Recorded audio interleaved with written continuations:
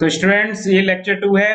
पिछली वीडियो में आप सभी को पता है हमने compressive strength of concrete cube के बारे में डिस्कस किया था। बेसिकली हमने IS 516 को डिकोड किया था। इस वीडियो में मैं आपको बताऊंगा कैरेक्टरिस्टिक कंप्रेसिव स्ट्रेंथ क्या होती है। कैरेक्टरिस्टिक कंप्रेसिव स्ट्रेंथ एक ऐसी टर्म है बच्चों जिसे IS 456 ने आपको बताया है। और बेसिकली कैरेक्टरिस्टिक कंप्रेसिव स्ट्रेंथ जो होती है वो कंक्रीट के हेट्रोजीनियस होने के कारण जो उसकी स्ट्रेंथ में वेरिएबिलिटी आती है उसके कारण डिफाइन की गई है। क्योंकि कंक्रीट आपको पता है एक सिंगल मटेरियल से तो बना नहीं है, जैसे स्टील हो गया, एल्यूमिनियम हो गया या कोई और अदर मटेरियल हो गया जो एक सिंगल मटेरियल से बना होता है। कंक्रीट में अलग अलग मटेरियल इन्वॉल्व है तो हम उसे हेट्रोजीनियस मटेरियल कहते हैं। हालांकि हम एनालिसिस करते वक्त होमोजीनियस मानते हैं। और साथ ही साथ कंक्रीट में रैंडमली डिस्ट्रीब्यूटेड वॉइड्स होते हैं। वॉइड्स का कोई डिफाइंड पैटर्न नहीं होता है, ठीक है। जितना डिग्री ऑफ कॉम्पैक्शन दे दोगे उतने वॉइड्स रिड्यूस हो जाएंगे। तो अगर हम ये ऑब्जर्व करें कि same conditions, same mix, same condition से मतलब सेम टेम्परेचर, सेम ह्यूमिडिटी और सेम मिक्स हो और सेम साइज के क्यूब को अगर हम टेस्ट करें अंडर द सेम कंडीशंस, हमें ये मिलता है कि अलग अलग स्ट्रेंथ ऑब्जर्व की जा रही है अलग अलग क्यूब की। सभी क्यूब की स्ट्रेंथ सेम नहीं आती है। जैसे मैं आपको बताऊं, अगर आपने एक लेबोरेटरी में एक मिक्स बनाया और उस मिक्स से आपने 50 क्यूब कास्ट किए तो उन 50 के 50 क्यूब की स्ट्रेंथ जरूरी नहीं है कि सेम आएगी, स्ट्रेंथ अलग अलग आती है। तो इसी को ध्यान में रखते हुए IS 456 ने एक टर्म डिफाइन की है जिसे हम कैरेक्टरिस्टिक कंप्रेसिव स्ट्रेंथ कह रहे हैं। क्लियर? तो कैरेक्टरिस्टिक कंप्रेसिव स्ट्रेंथ को हम जरा देखने की कोशिश करते हैं क्या होती है। देखो IS कोड के अकॉर्डिंग अगर मैं आपको डिफाइन करूं, कैरेक्टरिस्टिक कंप्रेसिव स्ट्रेंथ वह स्ट्रेंथ होती है जिसके, देखो यहां पर साफ साफ लिखा गया है, characteristic compressive strength of a standard cube is defined as the compressive strength below which, जिसके नीचे 5% से ज्यादा, 5 not more than 5% test results are expected to fall. 5% से ज्यादा टेस्ट रिजल्ट नहीं आएंगे, जिसके नीचे 5% से ज्यादा टेस्ट रिजल्ट्स नहीं होंगे। जैसे एग्जांपल के तौर पे अगर मैंने कहा M20 में मेरी कैरेक्टरिस्टिक स्ट्रेंथ है 20 न्यूटन पर mm स्क्वायर। अगर ये कैरेक्टरिस्टिक स्ट्रेंथ है, ध्यान से समझना, अगर ये कैरेक्टरिस्टिक स्ट्रेंथ है तो मेरे डेफिनेशन के अकॉर्डिंग केवल 5% क्यूब ही ऐसे होंगे, जितने भी क्यूब मैं कास्ट करूंगा उस मिक्स के साथ केवल 5% क्यूब ही ऐसे होंगे जिनकी स्ट्रेंथ 20 से कम हो सकती है।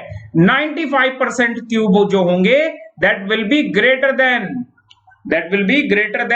The strength that will be greater than the 20 Newton पर mm square strength. Characteristic strength से अधिक ही होगी 95% क्यूब की स्ट्रेंथ। केवल 5% टेस्ट रिजल्ट ऐसे संभावित है जिनकी स्ट्रेंथ कैरेक्टरिस्टिक स्ट्रेंथ से कम हो सकती है, ठीक है। Below which not more than 5% test results are expected to fall. इस लाइन का यही मतलब है। जैसे कल को अगर मैं कहूं यदि 100 क्यूब कास्ट किए गए, कितने 100, तो 100 क्यूब में से आप ध्यान रखना अगर कैरेक्टरिस्टिक स्ट्रेंथ की बात की जाए तो 95 क्यूब ऐसे होंगे जिनकी स्ट्रेंथ कैरेक्टरिस्टिक स्ट्रेंथ से ज्यादा होगी। केवल 5 ही क्यूब ऐसे होंगे जिनकी स्ट्रेंथ कैरेक्टरिस्टिक स्ट्रेंथ से कम होगी। क्लियर? तो यही हमारा डेफिनेशन का मतलब भी है। तो बच्चों ये तो बात हुई डेफिनेशन की। अगला पॉइंट हमारे सामने ये है कि हम कंप्यूट कैसे करेंगे कैरेक्टरिस्टिक स्ट्रेंथ को। कंप्यूटेशन बड़ा इंपॉर्टेंट है क्योंकि IS 456 ने ये रूल तो दे दिया आपको कि not more than 5% test results are expected to fall. अब सबसे पहले IS कोड ने आपको कहा, IS 516 ने मिनिमम 3 क्यूब्स आप टेस्ट करके एवरेज स्ट्रेंथ तो निकाल ही सकते हैं, लेकिन कैरेक्टरिस्टिक स्ट्रेंथ कैसे कंप्यूट करें। तो IS कोड ने आपको एक फॉर्मूला दिया और IS कोड ने आपसे कहा कि इसकी हेल्प से इस फॉर्मूले की हेल्प से आप कैरेक्टरिस्टिक स्ट्रेंथ को कंप्यूट कर लेना। लेकिन इस फॉर्मूले के पीछे का लॉजिक क्या है वो भी हम समझेंगे। IS कोड ने कहा कि कैरेक्टरिस्टिक स्ट्रेंथ को आप FCK से रिप्रेजेंट करो। This is the characteristic compressive, ध्यान देना ये नोटेशन जो मैंने दिया है FCK, this is the characteristic compressive strength of a standard cube. Characteristic compressive strength, हम अपने आईएस कोड में हर जगह इस नोटेशन को, इस एफसीके को देखेंगे। Characteristic compressive strength of standard cube, standard cube at 28 days, 28 दिन की क्योरिंग के बाद, 28 दिन तक उसे क्योरिंग करने के बाद जो उसकी कैरेक्टरिस्टिक कंप्रेसिव स्ट्रेंथ है दैट इज एफसीके। और एफसीके की अगर मैं आपसे बात बताऊं, एक होता है एफसीएम जिसे आप बोलते थे mean compressive strength. IS code ने कहा कि इन दोनों के बीच में एक रिलेशन दे रहे हैं, इसके बेसिस से आप अपना कैरेक्टरिस्टिक कंप्रेसिव स्ट्रेंथ कंप्यूट कर लेना। वो रिलेशन क्या है जरा मैं लिख देता हूं।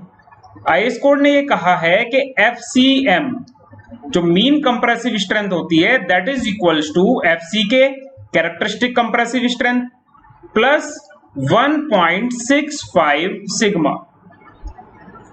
अब सबसे पहले मन में ये सवाल आया होगा कि सर एफसीएम तो चलो एवरेज स्ट्रेंथ को आप कह रहे हैं, जो कि आप 3 क्यूब का एवरेज लेकर भी लिख सकते हैं। एफसीके आप कैरेक्टरिस्टिक स्ट्रेंथ को कह रहे हैं, जो कि हमें निकालना हो सकता है। ये 1.65 कहां से आया और ये सिग्मा क्या है, सिग्मा क्या है? तो मैं आपको बता दूं, सबसे पहले ये सिग्मा होता है बच्चों स्टैंडर्ड डेविएशन। स्टैंडर्ड डेविएशन इसे आप हिंदी में बोला करते हो मानक वितरण। मैथमेटिक्स के अंदर आपने स्टैटिस्टिक्स अगर पढ़ी है तो आपने इस वर्ड, इस नोटेशन को या इस वर्ड को जरूर सुना होगा, स्टैंडर्ड डेविएशन, मानक वितरण। पॉसिबली हिंदी में यही बोलते हैं, मुझे हिंदी का नाम इसका नहीं पता है। स्टैंडर्ड डेविएशन हम इसे कहा करते हैं। इसकी वैल्यू कितनी होती है? सिग्मा की वैल्यू आप बच्चों लिखते हैं स्क्वायर रूट ऑफ, ये 2 स्टैंडर्ड डेविएशन के फॉर्मूले मैंने आपके सामने लिखे हैं। एक पहले फॉर्मूले के अंदर आप ध्यान रखना, when number of samples are greater than equal to 30 then sigma value will be defined as square root of summation of F minus FCM का whole square divide by N. N is number of sample tested, जितने भी cube आपने test किए हैं उसका value N है। जैसे आपने 100 टेस्ट किए हैं तो एन का वैल्यू 100 हो जाएगा, क्लियर। जैसे आपने 10 टेस्ट किए तो एन का वैल्यू 10, अगर आपने 3 टेस्ट किए तो एन का वैल्यू 3 हो जाएगा। इसी प्रकार अगर number of sample tested are less than 30 then the value of sigma is written as summation of f minus fcm का whole square divided by n minus 1। यहां पर f क्या है? f is the strength of individual cube, किसी भी cube का जो strength आया है वो f है। fcm क्या है? जो मीन स्ट्रेंथ है वो fcm है, क्लियर। और n नंबर ऑफ सैंपल्स हैं और सिग्मा स्टैंडर्ड डेविएशन है, क्लियर। तो सिग्मा का वैल्यू जो होता है वो यहां से कंप्यूट किया जाता है, लेकिन हमेशा ही आपको सिग्मा का वैल्यू इस एक्सप्रेशन से कंप्यूट नहीं करना है। यहां पर भी आईएस कोड आपको हेल्प कर रहा है कि अगर आप M10 या M15 कंक्रीट को कंसीडर कर रहे हैं तो आपके सिग्मा की वैल्यू 3.5 न्यूटन पर mm स्क्वायर डिफाइन की गई है कि आप इतना सिग्मा वैल्यू कंसीडर कर सकते हैं। अगर आप M20 या M25 कंक्रीट के बारे में डिस्कशन कर रहे हैं तो सिग्मा की वैल्यू 4.0 न्यूटन पर mm स्क्वायर कंसिडर की जा सकती है। कितना कंसिडर किया जा सकता है? 4.0, क्लियर। और अगर आप बात करें M30 से लेकर M50 कंक्रीट तक, ऐसा अमेंडमेंट भी आ सकता है कि M30 से M60 तक भी ये कंसिडर किया जा सकता है, लेकिन अमेंडमेंट के ऊपर डिपेंड करता है। 2019 का लेटेस्ट अमेंडमेंट है, उसमें भी हम देख सकते हैं। M30 से जनरली जो हम पढ़ते हैं अभी, M30 से M50 तक का जो स्टैंडर्ड डेविएशन है दैट इज 5.0 न्यूटन पर mm square, clear. This is the value of standard deviation defined by the IS 456 based on some research और सम एक्सपेरिमेंट्स, क्लियर। ये स्टैंडर्ड डेविएशन IS कोड ने define किया है। M15 के लिए आप 3.5 यूज कर सकते हो, M10 के लिए आप ये कर सकते हो। इसका मतलब क्या हुआ? अब आप लेबोरेटरी में है, आपको टेस्टिंग करनी है, इसका मतलब क्या हुआ? आप कहें सर मुझे M20 कंक्रीट तैयार करना है, चलो भाई ठीक है, M20 कंक्रीट आपका तैयार करा देंगे। तो कैसे तैयार करोगे लेबोरेटरी में? आप ध्यान देना इस बात पर कि जो M20 है ये वैल्यू है जो आपकी 20, ये आपकी FCK है, ठीक है। और इसके लिए सिग्मा कितना है? 4। तो सिग्मा की वैल्यू तो आप रख दो 4.0 और FCK की वैल्यू रख दो 20 सॉरी, और यहां से कंसिडर कर लो एवरेज स्ट्रेंथ। और एवरेज स्ट्रेंथ जो आपके पास आई, जो आप लेबोरेटरी के अंदर क्यूब कास्ट करेंगे उसकी एवरेज स्ट्रेंथ इसके पास आनी चाहिए। तो आपका मिक्स कुछ इस तरह से तैयार होगा, वाटर सीमेंट रेशो कुछ इस तरह से रखा होगा, मटेरियल का ग्रेडेशन कुछ इस तरह से किया होगा कि आपके क्यूब की एवरेज स्ट्रेंथ उतनी आए जितनी हमें रिक्वायर्ड है। जैसे 20 का अगर कैरेक्टरिस्टिक स्ट्रेंथ है तो जरा कंप्यूट हम कर सकते हैं 20 के लिए कितना एवरेज स्ट्रेंथ हमें रिक्वायरमेंट होगा, 1.65, सिग्मा कितना है 4 20 के लिए, प्लस 20 एफसी के जो हमें करना है, तो ये वैल्यू आती है 26.6। अगर मैं यहां पर लिखूं 26.6 न्यूटन पर एमएम स्क्वायर अगर एवरेज स्ट्रेंथ आ रही है, अगर मीन स्ट्रेंथ 26.6 न्यूटन पर एमएम स्क्वायर आ रही है, तो मैं मान लूंगा कि वह कंक्रीट मेरा M20 ग्रेड का कंक्रीट है। क्लियर? तो 3 क्यूब जो मैंने टेस्ट किए, अगर उनकी स्ट्रेंथ 26.6 या उसके ऊपर नीचे थोड़ा बहुत आ रहा है, तो मेरा जो क्यूब होगा वो एफसी, उसकी जो स्ट्रेंथ है वो एफसी के या उसकी कैरेक्टरिस्टिक जो स्ट्रेंथ है वो 20 मानी जा सकती है। समझ आया कैसे कैरेक्टरिस्टिक स्ट्रेंथ हम बता सकते हैं? तो कैरेक्टरिस्टिक स्ट्रेंथ हमेशा कम होती है, characteristic compressive strength is always less than the mean compressive strength, mean compressive strength से कम होती है, क्योंकि कैरेक्टरिस्टिक स्ट्रेंथ की डेफिनेशन कहती है not more than 5% test results are expected to fall, और मीन स्ट्रेंथ के बारे में कि not more than 50% test results are expected to fall. Mean का मतलब क्या होता है? एवरेज के मतलब 50% इसके इतनी है, 50% इससे ज्यादा है, तो एवरेज है वो। ठीक है, तो एफसीके क्या है हमारा 5%, मतलब केवल और केवल 5% संभावना है कि किन्हीं क्यूब की स्ट्रेंथ इस स्ट्रेंथ से कम होगी। क्लियर?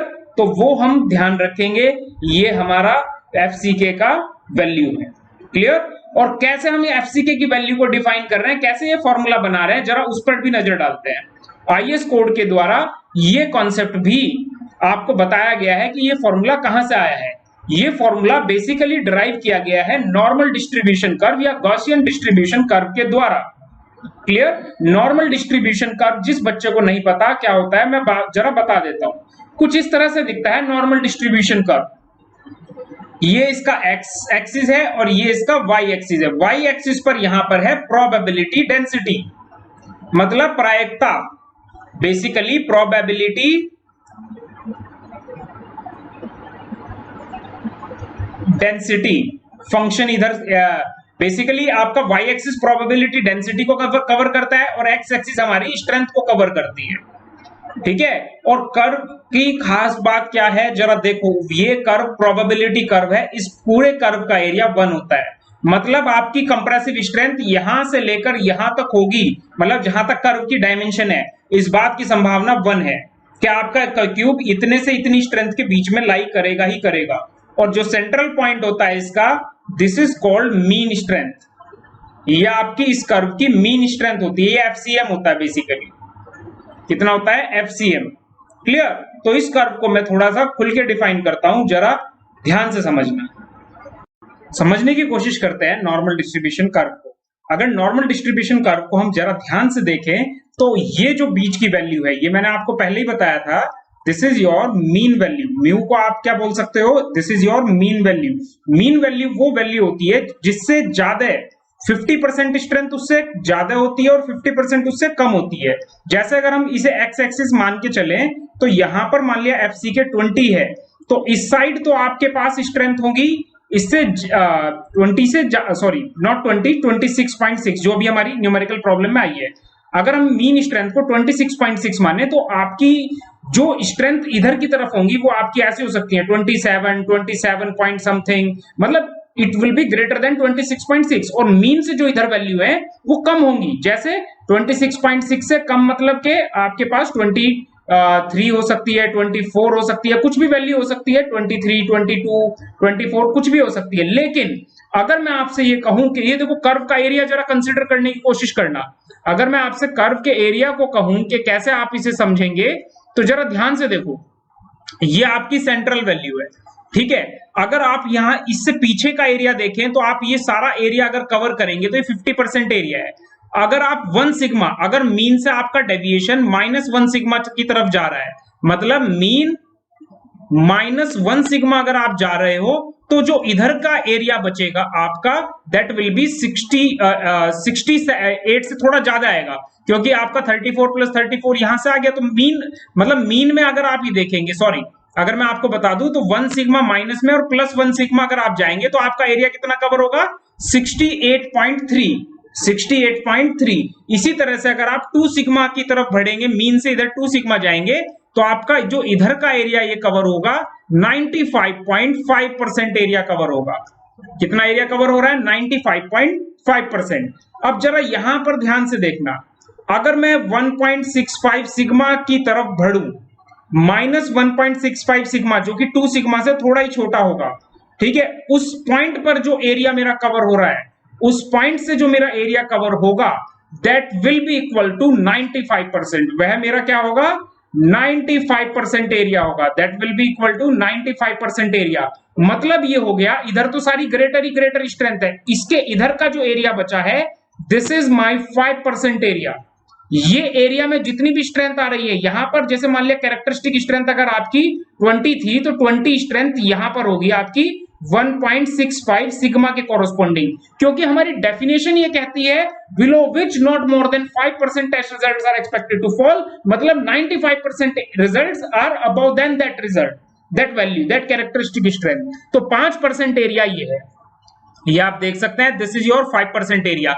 इस एरिया में आपकी स्ट्रेंथ हो सकती है 19, 18, कुछ भी हो सकती है, लेकिन there is 5% chances that strength is less than the characteristic strength. 95% क्या होगा? स्ट्रेंथ आपकी ग्रेटर होगी किससे? कैरेक्टरिस्टिक कंप्रेसिव स्ट्रेंथ से। क्लियर? इसीलिए जब हम एफसीएम से 1.65 सिग्मा माइनस करते हैं, एफसीएम से कितना माइनस करते हैं? 1.65 सिग्मा, तो हमारे पास वैल्यू जो आती है दैट इज एफसीके।